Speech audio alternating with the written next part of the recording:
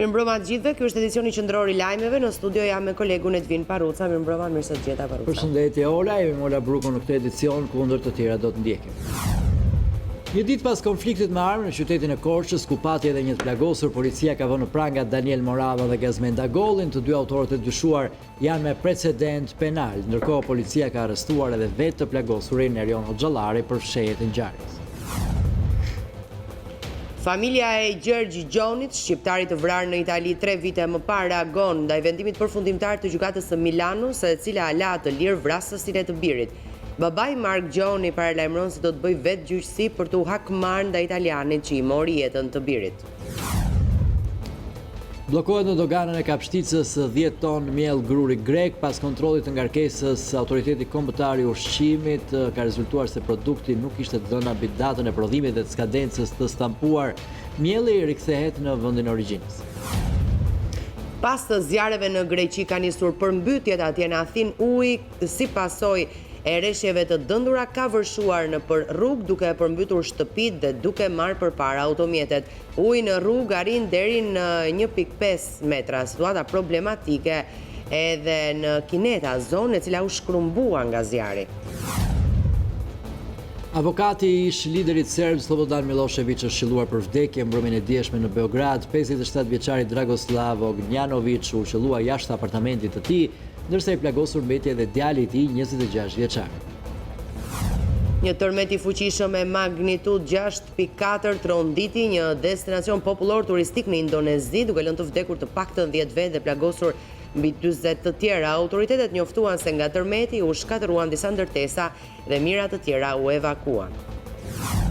Bigët e Europës vijojnë turin e tyre veror në Ameriku. Protagonisti kryesor ka qenë Xherdan Shaqiri me një super gol kundër Manchester United. Në të njëjtën kohë, ekipet vijojnë të formatojnë në kuadër të sezonit të ri.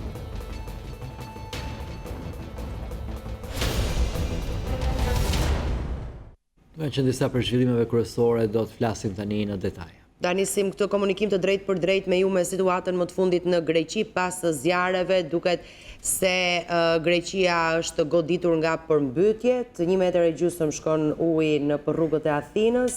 Ndoshta situatën na e përcjell më konkretisht korespondentja jon atje. Po lidhemi me Ira London, linjë telefonike. Ira, përshëndetje. Përshëndetje Ola, përshëndetje Edvin, është mëse e vërtet, natyra po hakmerret ndaj Atikës këtë verë.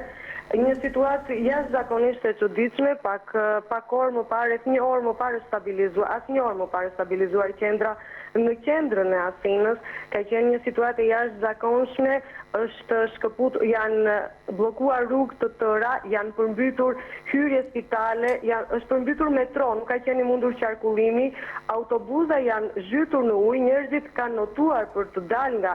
Personalisht kam qenë në rrugë në atë kohë dhe kemi arritur me shumë vështirësi. Nuk ka patur gjithsesi rrezik për jetën, por ka qenë një situatë kaotike e cila është krijuar brenda vetëm 20 minutash. Rreshtet kanë qenë lokale, domethënë në gjithë Athinën gradualisht. Ishte pamundur të parashikoje se cilën zonë do të godisnin rreshtet më tej dhe ku mund të mbroheshe dhe si të reagoje. Gjithsesi, kjo situatë jashtëzakonisht e vështirë, për cilën janë përballur 51 ekipe të zjarfikës dhe 135 zjarfikës. Brenda 5 minutave kanë arritur 300 thirrje për ndihmë në stacionin e zjarfikës. Kjo situatë duket se po stabilizohet, madje pak minuta më parë është hapur dhe stacioni i fundit metro në Nomismatokopio. Janë të gjitha zonat, sidomos zonat veriore. Janë shpëtuar të gjithë ata njerëz që kërkuan ndihmë? Ka persona të lënduar? Nuk ka patur, ka qenë, çfarë ka ndihmuar? Ka persona, madje në spitalin Sotiria, spitali më i madh i Greqisë për çështjet e pneumologjike, janë detyruar personelit të notojnë të largohen nga zyrat e katit të poshtëm, ku madje kanë pësuar dëme të jashtëzakonshme. Është qendra e Athinës, janë zonat më qendrore, nuk ka patur korrent për orë të tëra, që dje pas dite, madje ka filluar që dje pas dite, ishin rreshje të paralajmëruara, kishte vazhdimisht informacion se do të ketë të tilla suhi të rrufeshme në Athinë, ka patur dhe në Kinet rreshje të dendura, madje një rrugë është shembur, e cila gjithsesi ishte dëmtuar dhe nga zjarret e të hënës në mbrëmje. Një situatë e paralajmëruar, por e pabesueshme, sidomos për ne që banojmë në Athinë, jemi banor të përreshëm, është e pabesueshme që kjo të ndodhë në korrik. Brenda 20 minutave të përmbytet dhe të arrin 1,5 metër ujë dhe të detyrohesh të largohesh me notë, të përmbyten makina, të përmbyten rrugë, të përmbytet metro. Të mos mund të hysh në metro, të mbyllet urgjentisht për arsye të rreshjeve, gjithsesi meqense ka zgjatur për pak orë në çdo zonë, do me thënë ka kaluar nga zona në zonë kjo situatë, nuk ka patur të plagosur dhe natyrisht jo viktima fatmirësisht, sepse situata është akoma shumë e vështirë. Kështu ndodhi dhe përpara shtëpisë suaj ju jetoni gjithashtu në Athinë. Po, unë jam në qendër. Çfarë bëti, u larguat nga shtëpia po? Gjithsesi, supozohet se sot duhet ishim plazh, ishte një ditë që njerëzit duhet floven, kemi notuar në rrugë të Athinës, ishte pa besueshmëri. Keni notuar? Këto rreshje në qendër të Athinës, në rrugë të mëdha, në bulevarde të mëdha, në autostradë të përmbyten në këtë mënyrë, të ketë lumenj, liqene të mëdha dhe të notojnë një ditë vere në mes nuk e di nëse keni pamjet janë këto. Po, jemi duke parë pamje vërtet dramatike. Është jashtëzakonshme. Por fatmirësisht ka zgjatur shumë pak rreshjet dhe kjo ka bërë që gradualisht po stabilizohet situata, jo në të gjitha zonat akoma, po gjithsesi do të ketë deri në mbrëmje një stabilizim të krejtësisht besoj të situatës. E qartë. Kjo për sa i përket rreshjeve, ndërkohë që vijojnë të vënat nga zjarret. Vazhdon dhe situata zjarret. Nuk e di nëse në kohën e edicionit tuaj për të dhënë të fundit, sapo kishim një informim zyrtar nga shërbimi zjarfiksit nga drejtoria, për sa i përket shifrave, më në fund identifikohet shifra e të pagjeturve, janë 25 personat në kërkim akoma, dhe 28 të cilët presin të identifikojnë nga 88 viktimat e tragjedisë. Si dhe kanë filluar polemikat që priteshin në vijim pas të ditëve të para, ka një informim atje tani në edicionin Lajmeve paralelisht, kërkohen përgjigje nga qeveria pasi me sa duket në orën 8:20 të martës janë informuar qeveria zyrtarisht për viktima nga tragjedia, të martën në 8:20 e theksoj, bëhet deklarata se e ka arritur dhe ndërkohë që në konferencën për shtypse dhe në deklaratat e para zyrtare nga zëdhënësi qeverisë u referuan thjesht në dome materiale dhe do të shohim si do të eti. Kjo ka zgjallur të tjera polemika, reagime më të ashpra akoma pas edhe deklaratave të kryeministrit Tsipras, i cili mori përsipër përgjegjësinë politike, ndërkohë që kjo përgjegjësi e plot për zjarret opozita dhe në media sociale akoma dhe një përqindje shumë e lartë e popullit thotë se duhet të shoqërohej edhe nga dorëheqje. Ministri i mbrojtjes qytetarit Nikos Toskas ka deklaruar se dha dorëheqjen, por nuk u pranua, ndërsa kryeministri Tsipras ka deklaruar se kjo nuk është kohë për dorëheqje, kjo është kohë për të reaguar dhe për të marrë masa për të mos përsëritur kjo tragjedi. Greqia në këtë verë është një verë tepër e ndek dhe tepër e njohur për Greqinë, një verë me të vërtet që do të mbetet në histori për ngjarje shumë të shëmtuara dhe për një mungesë reagimi në kohë të mekanizmit shtetëror në të gjitha rastet. Kira, faleminderit për gjithë informacionet që përcollen nga Athina.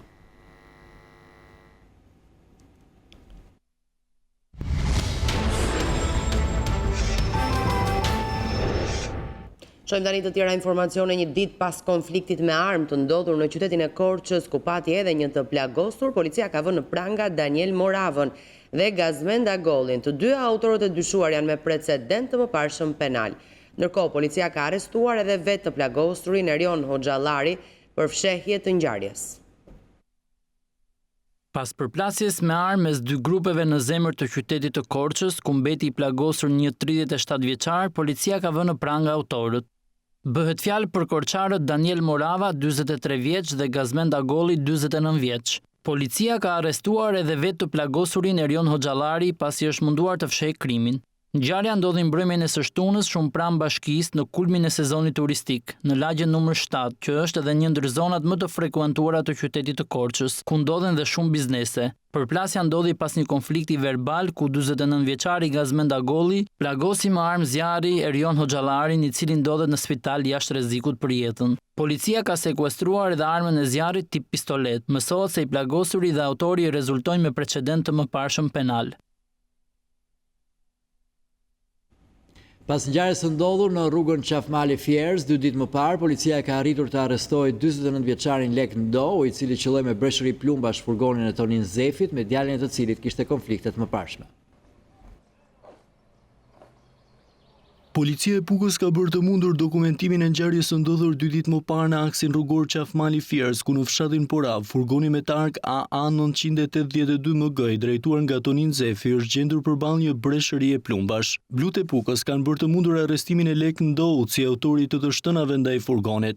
Ndou është edhe i zoti i shtëpisë që u qellua me breshëri automatike vetëm disa orë pas ngjarjes së furgonit. Ja çfarë deklaronte Lek Ndou për News24 vetëm pak orë para arrestimit, teksa ishte kthyer në banesën e vënë në shënjestër të plumbave. Kur pa shpinë si janë shlosh, kam dalë me pa se kush është. Dhe jam largue, ka arë policia, kam pas frikë me ra në borë, sepse policia ka qenë në borë, dhe disa mjetë e tjera kanë qenë rrugë duke distancue rrugë andaj këtej në qarkullim. Marroj oferta e telefonit, nuk kisha mundësi me u lidh me njëri gjallë, me thonë, a kam mundësi me ardhë me ratë e shtëpia, se shanë ka bëhat. Autori i cili i qelloi me armë furgonit shprehet se është i frikësuar për jetën e fëmijëve, teksa thotë se ngjarja mund të përsëritet sërish. Nuk kam hallën e mbrojtjes fëmijëve, nuk kam hallë për veti. Dua dhe im prej shtetit, shkurt muhabetit. Nuk jetohet në këtë banesë, e bëmë me shosh, unë nese pres tjetër. E teksa familja e Ndoutë ndjehet e kërcënuar, bashkëshortja dhe familjarët e tjerë shprehen se policia duhet të arrestojë dhe autorët e të shtënave me armë ndaj banesës së tyre, çfarë rrezikoi jetën e Roza Ndoutë dhe 3 fëmijëve të saj të mitur. Ata shprehen se kjo është hera e dytë që banesa e tyre qellohet me armë nga i njëjti person dhe ende nuk janë marrë masa.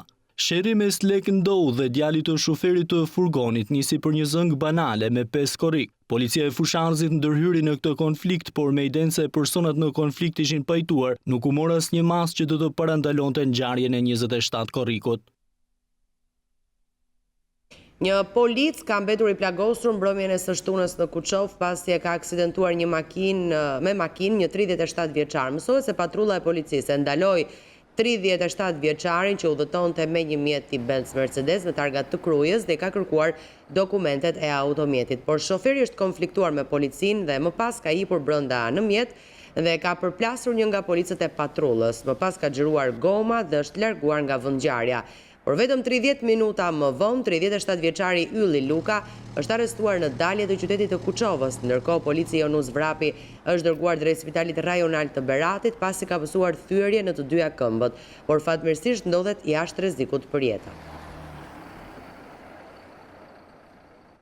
Familja e Edicioni, emigrantit të vrarë në Itali 3 vite më parë, agon ndaj vendimit përfundimtar të gjykatës së Milanos, e cila vendosi lënien në liri të vrasësit të shqiptarit. Babai i emigrantit vrar Mark Gjoni thotë se tashmë pret edhe reagimin e ambasadës, duke paralajmëruar si do të bëjë çfarë është e mundur të hakmerret ndaj italianit vrasës. E teksa gjykata e Milanos la të lirë vrasësin e të riut shqiptar Gjoni, i cili u qellua me plumë në zemër nga Francesco Siciliano, i cili pretendon se i riu shqiptar nga Gojani Pukës kishte hyrë për të grabitur banesën, ka shtuar dhimbje në familjen e viktimës. Ne ishim në zonën malore, ku kontaktua me familjarët e 22 vjeçarit të vrarë afro 3 vite më parë. Jati i Gjergjit Mark Gjoni thotë se gjithë procesi gjyqësor për të birin u manipulua në Itali. Me gjitha faktet trajme, duke pas parasysh se djali janë zgjedh në momentet se është vrarë i vdekur, është zgjedh pas edhe një lloj gjaje në botë. As ka pas lek, as ka pas pasaport, as kartë identiteti, as thik, as automatik, as një lloj gjaje. Vetëm ka qenë i vjeshtur thjesht me rroba sportive, me biciklet ka shkue, me pi kafe me shok, biciklet edhe me pantofla. Por duket se Mark Gjoni nuk do të mjaftohet me procesin gjyqësor fals ndaj vrasësit të birit. Ai kërcënon se do të bëjë çfarë është e mundur që të marrë gjakun e djalit, e cili u vra në moshën e rinis. Pres një përgjigje sa më të shpejt nga drejtësia italiane, edhe nga ambasada shqiptare, që të ndihmojnë të më japin drejtësinë e djalit tim. Kam prit sa kam prit. Tani e mrapa, unë do vazhdoj drejtësinë time. Drejtësia ime si do të ju si do të jetë. Drejtësia ime do të jetë hakmarrja. Do shes tokë, do shes shtëpi, do shes shmosën, e zbërgoj në Itali, edhe kam shesh forcë, kam shesh dignitet, sa ata do të ekzekutoj familjarisht. Mark Gjoni kërkon që shteti shqiptar mos të hesh ndaj padrejtësive që i bën bijve të vet në emigracion. Se janë shumë emigrantë që janë vrarë kështu. Nuk ka vetëm djalim, po janë shumë emigrantë. Ta vlerësoj edhe shteti jonë. Rreth gjata pritjeje në pikën e kalimit kufitar të Kapshticës, emigrantët shprehen të zhgënjur nga mënyra e organizimit të kontrolleve teksa presin me orë të tëra për të hyrë apo dal nga Shqipëria. Ata shprehen se në pjesën greke procedurat janë më të lehta dhe më të shpejta, ndërsa nga pala shqiptare kryen kontrolle të rrepta sigurie. Emigrantët shqiptar të cilët janë të detyruar të hynë dhe të dalin në Shqipëri përmes pikës kufitare të Kapshticës janë të detyruar të presin me orë të tëra. Emigrantët tregojnë se ndryshe nga sportelet e doganës greke, në pjesën e Shqipërisë ka kontrolle të imtësishme, çfarë bën që të presin deri në 4 orë për kryerjen e procedurave doganore. Sa orë keni shpresur? 4 orë. Po pse po prisni? Po ka radhë autobusi, do kalojnë në skaner, do bëj kështu. Me vonesa se erdhem natën ande na grin taksigjit. Ka shumë kontrolle policia? Ka shumë kontroll. Punojme nga dalë, bëjnë ato skanerit e autobusëve, ja, kaq. Më tepër s'dim gjeneve, ne jemi popull. Dhe konë kemi 2 orë saktu të mi. Pse? Nuk e djojë ti ndonjë shqiptar. Më pak punojme të greku se shqiptarit tani, sepse e din këto. Me në vënën, çanta, dresh, kujtu që... Ka kontrolle shumë? Kontrolle ka. Shteti po të na donë të neve, na man të tokë të vetë. Jo të rrim kështu se hari gjitë në kohët. Çdo radhë që kalim këtej nuk është herë e parë se ne jemi me dokumenta të rregull. Kalim më shpesh, çdo 2 muaj, çdo 3 muaj. E njëjta gjë ndodh, asnjë përmirësim nuk ka. Vera e ngarkuar me fluks lëvizjesh, gjithnjë sjell rradhë në pika doganore të vendit ton, por fundjavat kthehen në një makt për ata të cilët janë të detyruar të kalojnë kryesisht në pikën e kalimit kufitar të Kapshticës. Emigrantët kërkojnë marrjen e masave nga shteti anë që të lehtësojë procedurat e lëvizjes dhe të shtojë numrin e sporteleve.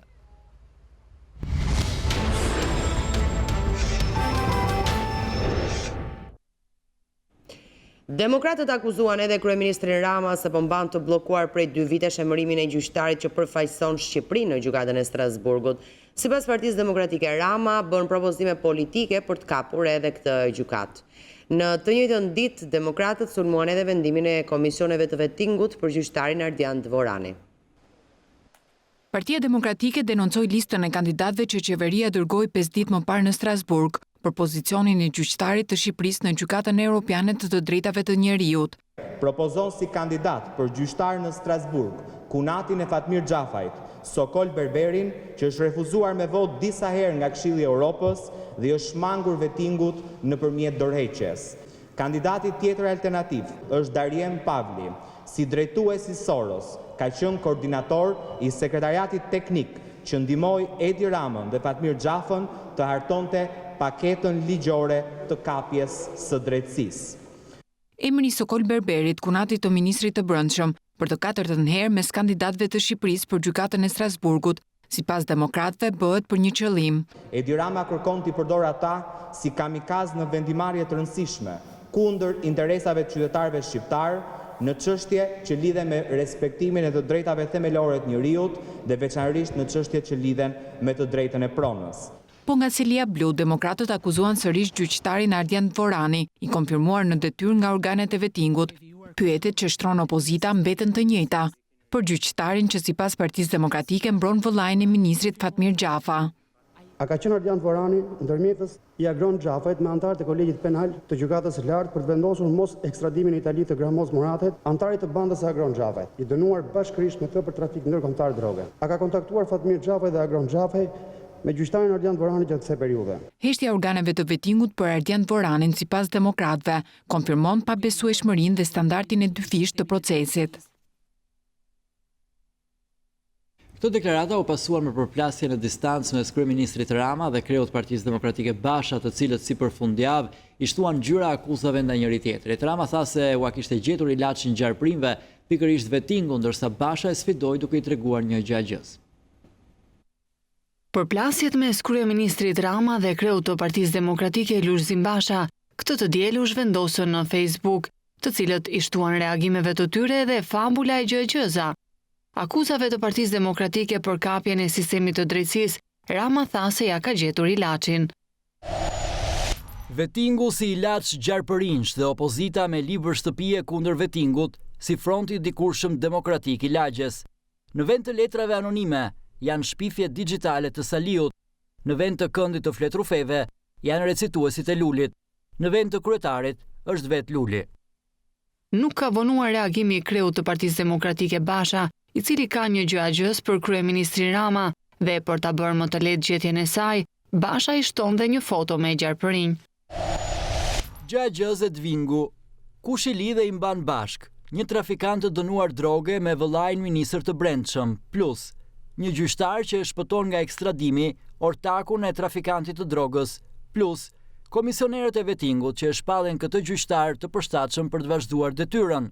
Kush gjen përgjigjen e saktë, fiton Toyota Yaris. Shkruan kreu i Partisë Demokratike në përgjigje të kryeministrit, për të cilët me sa duket vera me vettingun në përkëmb do të jetë gjatë. Bashkia e Tiranës ka kualifikuar një tjetër blok banimi në zonën e Nesharakut, ku janë shtuar hapësirat e gjelbërta, këndet shlodhëse dhe argëtuese për fëmijët dhe të rriturit. Gjatë inspektimit të saj, kryebashkiaku Velia i foli edhe për teatrin kombëtar, projektin e cilit e quan të lidhur me ndryshimin dhe modernizimin e kryeqytetit. Edhe pse ligji për teatrin kombëtar nuk u dekretua nga presidenti Ilir Meta, polemikat për shembjen e tij vijojnë të jenë të pranishme. Kryebashkiaku i Tiranës Erion Veliaj ju rikthye kësaj çështjeje teksa tha se projekti i teatrit të ri është i lidhur me ndryshimin dhe modernizimin e kryeqytetit, deklaratë të cilën e bëri teksa pa nga afër rikualifikimin e një bloku banimi në rrugën Sali Butka. E dini pse thonë mos ma prek? Se e din që po e prekëm, ajo do dalë e mrekullueshme. E din që po vundor, ajo do dali një xhevahir.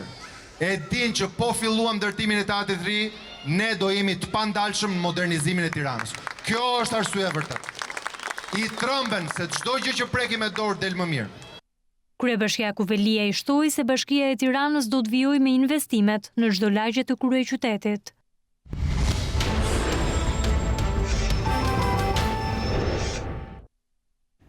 Blokohet në doganën e Kapshticës 10 ton miell gruri grek. Pas kontrollit të ngarkesës, autoriteti kombëtar i ushqimit ka konstatuar parregullsi në dokumentacionin shoqërues. Sipas AKU-s, subjekti që pretendonte të fuste në Shqipëri miellin e grurit kishte parregullsi në vërtetësinë e raportit të analizës. Nga kontrolli fizik i produktit, rezultoi se nuk kishte të dhëna mbi datën e prodhimit dhe të skadencës të stampuar në sasot prej 25 kg, por vetëm një kundër etiket të ngjitur në gjuhën greke, pa përkthim në gjuhën shqipe. Bazuar në legjislacionin në fuqi për sigurinë ushqimore, inspektorët bllokuan menjëherë sasinë prej 10 ton miell gruri dhe e kthyen atë në vendin e origjinës në Greqi.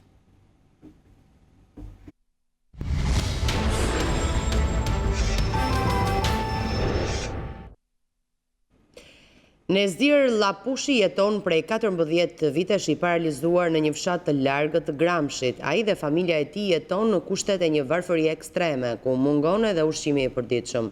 63 vjeçari ka vetëm një dëshirë, të ngopet një herë me bukë.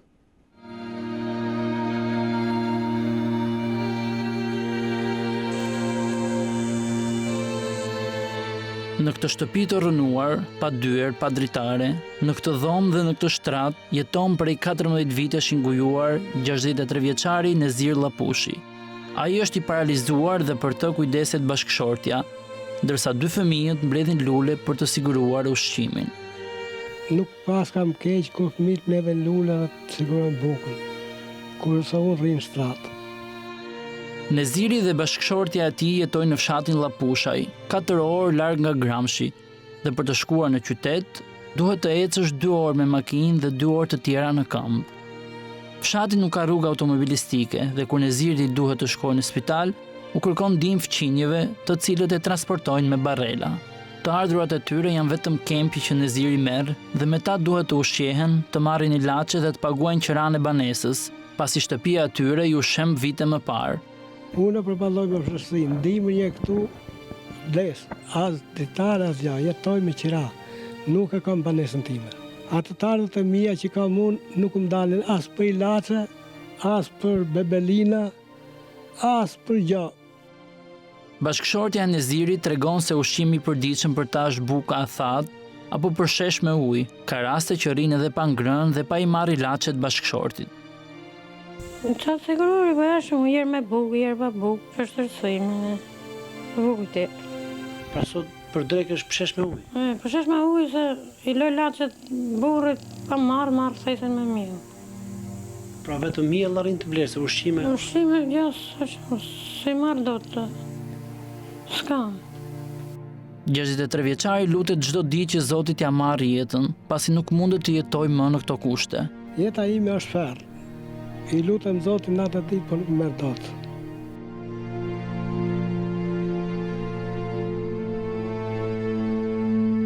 Neziri ka vetëm një dëshirë, të ngopet një herë me bukë. Dhe i bëj apel qeverisë, instancat të ndryshme që të më japë mundësinë për ndihmë, për kështu, si them, për ushqime, për bukë, që të ngopsha një me bukë.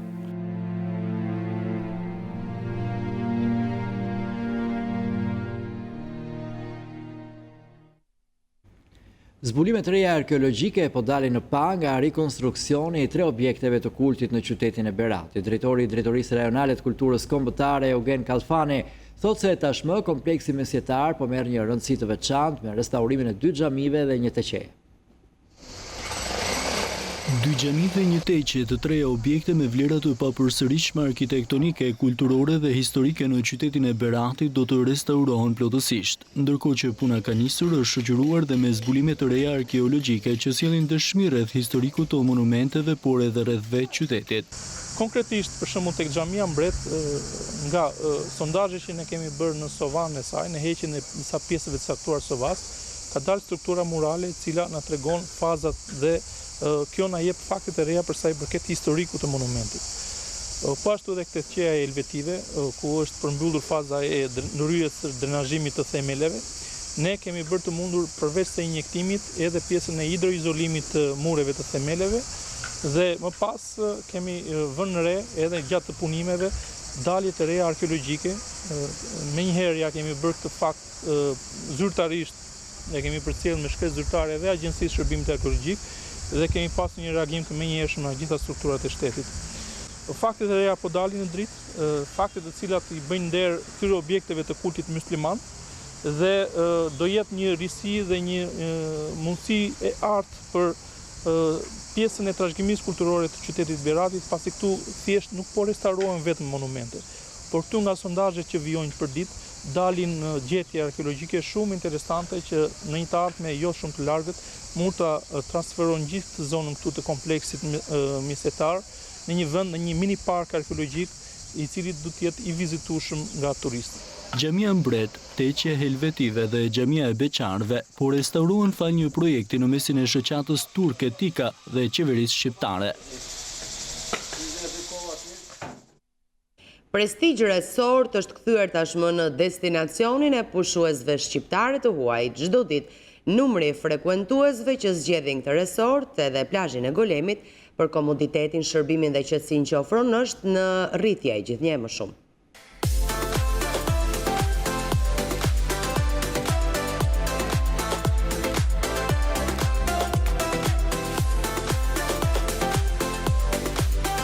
Prestigj Resort, çdo ditë më shumë po kthehet në një nga destinacionet më të preferuara për pushuesit shqiptar dhe të huaj.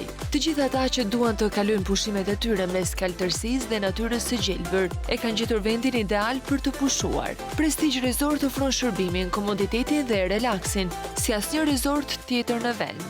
Afërsia me detin dhe prania e 3 pishinave, përfshirë edhe një për fëmijë, e bën atë më të veçantë dhe më të frekuentuar nga pushuesit. Tani çdo fundjavë, Prestigj Resort është kthyer në destinacionin e preferuar të turistëve. Si po i kalon pushimet, po kënaqesh? Po kënaqem se unë kam ardhur në fakt nga Gjermania dhe kam ardhur për pushime edhe më pëlqen shumë. Unë jetoj në Londër, kam 20 vite si jetoj në Londër. Këtu është një vend i mrekullueshëm për familjar, për gjithë refugjat që jetojnë jashtë Shqipërisë. Është një kompleks i papam. Bravo. Edhe i bëjmë thirrje gjithë shqiptarëve se edhe Shqipëri ka vend bukur, sidomos në këtë kompleks. E kanë mbredhur gjithë Shqipërinë, po këtu për momentin është një vend më i mirë mas ekziston. Kam kaluar shumë mirë, kjo pishinë shumë e bukur, kjo është vendi shumë e bukur se të vinë çdo familje, edhe s'është vetëm për një familje, është për krejt. Kënaqesh shumë me njerëz të tjerë. Ushqimi shumë e mirë, e kam provuar disa ushqime të gjithë janë e mirë. Normalisht i prek të gjitha. Fakti që ne edhe ushqimi normalisht është një nga pjesët më kryesore pastaj për sa i përket qëndrimit. Ndërsa pjesa tjetër e detit edhe pjesa tjetër e çdo gjëje është shumë okej. Do me thënë në lidhje me atë çka unë kam vizituar në vendet e jashtme, në vendet më të ndryshme. Është hera parë që vim këtu? Jo, këtu është hera e tretë që vi. Normalisht do ta rekomandoja sepse ka shumë gjëra, do me thënë që duhet t'i shikosh edhe njëkohësisht dhe duhet të jesh këtu pjesë e këtij resorti, pasi se duhet largohesh aq shumë për të gjetur këtë që gjen këtu të ta gjesh në vendet e ndryshme. Shumë mirë, shumë mirë. Është hera e parë që vim këtu edhe pse ne kemi ardhur përpara në këtë malin e Europit, kemi edhe një hyrje, kemi qenë gjithka, vetëm më pëlqen shumë. Pastërtia, ujë, posaçërisht ujë kripur, pishina me ujë kripur që më duket është pak e veçantë në këtë hapësirë. Këtu ambienti është qetë, pishinat, gjëra të tjera, natyra. Është një ambient shumë i bukur i këndshëm për familjar, ja rekomandoj të gjithëve.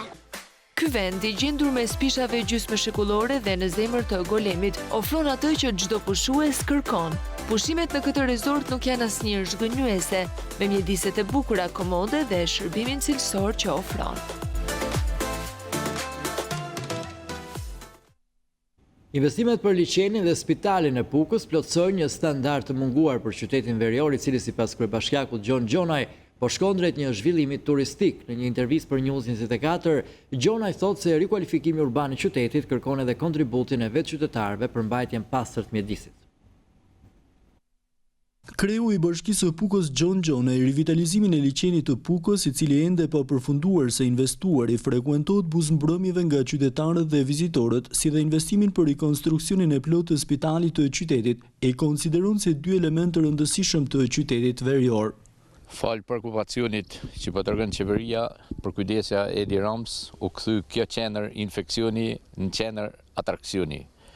Ballë për ballë me të ndodhet edhe spitali, si që shikoni këtu, një objekt i abandonum plotësisht, vetëm thjesht kishte emrin spital, por falë zemërgjerësisë të Mariana Graf, William Graf dhe bashkëpunëtori i tyre Skënder Thaçi e bën të mundur nga çatia deri në themele riparimin dhe funksionimin e këtij spitali, po ashtu së fundit na dhuroi dhe një sallë operacioni fringotare. Kryebashkiaku i qytetit malor thotë se bashkia e drejtuar prej tij po i kushton një rëndësi të veçantë mbajtjes pastër të mjedisit, si një element i rëndësishëm për qytetarët dhe turistët. Ndaj pas pastrimit rrënjësor të qytetit, tashmë puna është përqendruar në periferi. Por sipas kryetarit Gjonaj nuk mjaftojnë vetëm aksionet, por edhe kontributi vetë qytetarëve. Kërkohet një impenim më i madh i qytetarëve në të gjitha fushat për ta mirëmbajtur këtë pasuri prallore, mos me e çuar në degradim siç ishte. Sepse ne këtu kena jetu e bashkëjetu me plehrat, kena jetu e bashkëjetu me gjitha ato që nuk kanë qytetarie. Unë gjej edhe rastin, duhe pas parasysh edhe mirë kuptimin e këtyre qytetarëve, për të sensibilizuar qasjen e këtij qytetari ndaj ambientit. Ky ambient duhet mbajtur pastër. Puka prej 2 vitesh është kthyer në kantier ndërtimi. Rikualifikimi urban, një investim i cili ende nuk ka përfunduar, po e tërheq qytetin nga zymtësia e cila e karakterizonte gjatë gjithë vitit, si pasojë e ndërtesave të degraduara dhe infrastrukturës në rrënim. Në Polenë të Korçës për të 10 vit radhazi u organizua Festa e Lakrorit, një ndër festat tradicionale të zonës. Festa e Lakrorit mbledh në këtë fshat me vjetra pushues vendas dhe jo vetëm, ndërsa bashkia synon përmes festave të tilla promovimin e zonës.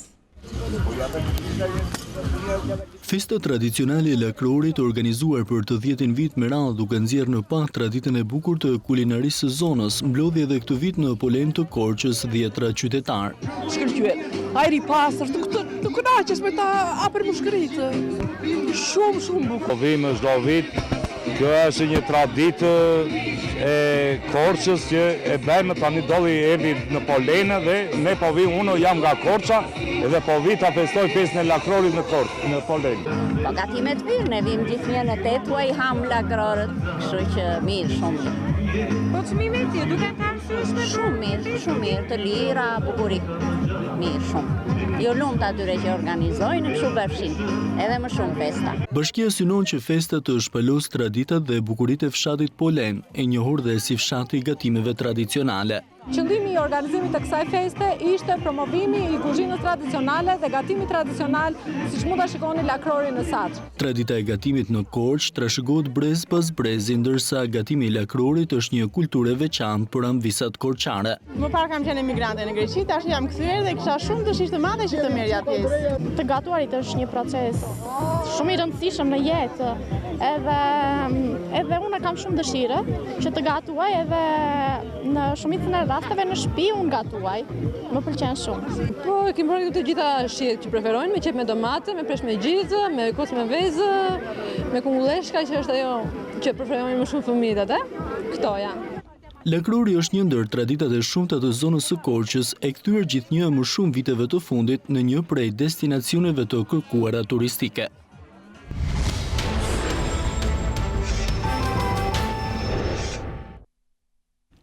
Avokati i ish liderit serb Slobodan Milošević është qelluar për vdekje mbrëmjen e djeshme në Beograd. 57 vjeçari Dragoslav Ognjanović u qellua jashtë apartamentit të tij, ndërsa i plagosur mbeti edhe djali i tij 26 vjeçar.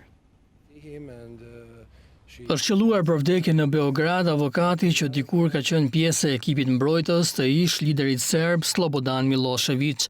Gjatë gjykimit të këtij të fundit për krime lufte, Dragoslav Ognjanović, 57 vjeç, është vrarë jashtë ndërtesës ku jetonte në Beograd, ka njoftuar Ministria e Brendshme serbe.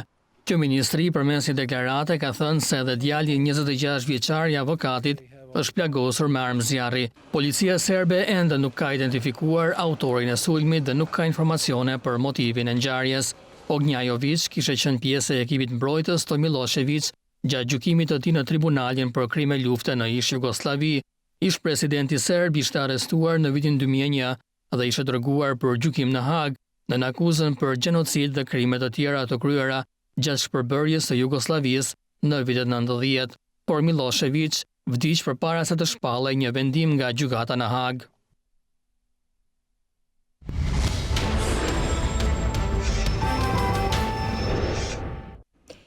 Një tërmet i fuqishëm prej 6.4 balësh tronditi një destinacion popullor turistik në Indonezi duke lënë të vdekur të paktën 10 dhe plagosur mbi 40 të tjerë. Autoritetet njoftuan se nga tërmeti u shkatëruan disa ndërtesa dhe mijëra të tjera u evakuan. Të paktën 10 persona humbën jetën në mëngjesin e kësaj të dielës si pasojë e një tërmeti të fuqishëm që goditi një destinacion popullor turistik në Indonezi. Njoftuan mediat ndërkombëtare. Lëkundja me magnitudë 6.4 goditi ishullin kryesor indonezian Lombok rreth orës 7 të mëngjesit.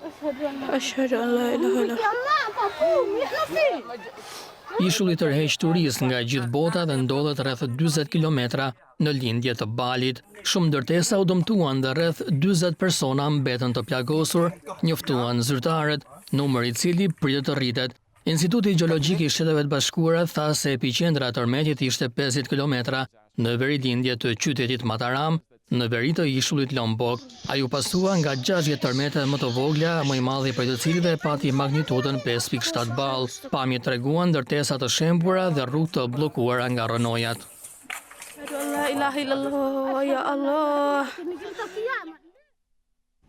Tre vetë u vranë dhe të paktën 7 të tjerë u plagosën si pasojë të shtënave me armë në New Orleans të Shteteve të Bashkuara mbrëmjen e të shtunës, njoftuan zyrtarët. Policia tha se 2 persona të armatosur qelluan pa dallim drejt një turme njerëzish. 3 nga të plagosurit u shpallën të vdekur në vend ngjarje, 7 të tjerë u dërguan në spital. Nuk ka vend në New Orleans për këtë lloj dhune, tha kryebashkiaku në faqen zyrtare të Twitterit. Autoritetet amerikane nuk kanë dhënë më shumë detaje mbi këtë incident armatosur.